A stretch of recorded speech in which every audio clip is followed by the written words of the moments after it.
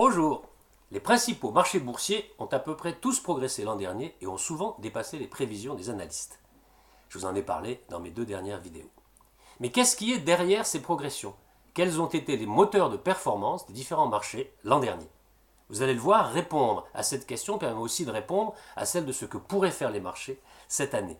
Et c'est une récente étude de Deutsche AM qui a largement nourri cette vidéo. Tout d'abord, un constat sur l'environnement actuel.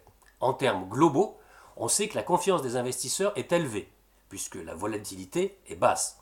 Les perspectives macro comme microéconomiques sont favorables, les liquidités restent abondantes, car les politiques des banques centrales restent largement accommodantes. Enfin, les flux, l'argent des investisseurs est largement revenu vers les actions, tout simplement parce que les obligations ne rapportent pas grand-chose. Dans ce contexte, voilà ce que nous dit Deutsche AM. Les bénéfices des entreprises ont augmenté partout dans le monde. Très bien.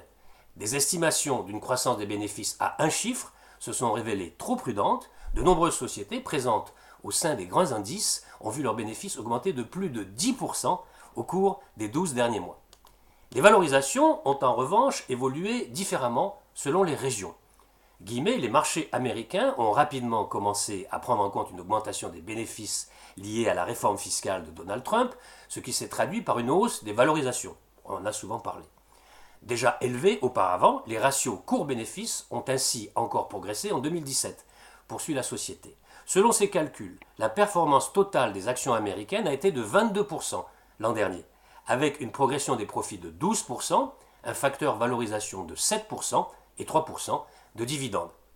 Mais pour les actions européennes et japonaises, les valorisations ont baissé, les performances boursières ayant été inférieures à la hausse des bénéfices. Les rendements à 2 chiffres sur certains marchés européens, par exemple, n'ont d'ailleurs été atteints que grâce aux dividendes, qui restent relativement élevés en Europe. Dans son graphique très parlant, Deutsche AM pointe une performance totale des actions européennes de seulement 10%, face à 15% imputables à la croissance bénéficiaire, 9% à la valorisation et 4% aux dividendes. On le voit bien, il y a donc là clairement un potentiel de valorisation, selon cette société de gestion.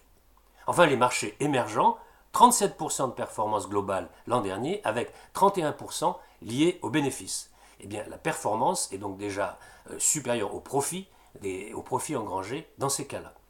Les marchés émergents ont bénéficié de flux acheteurs supérieurs aux flux vendeurs, ce qui a largement contribué à la hausse des valorisations d'une ampleur néanmoins plus faible que sur le marché américain, note Deutsche AM.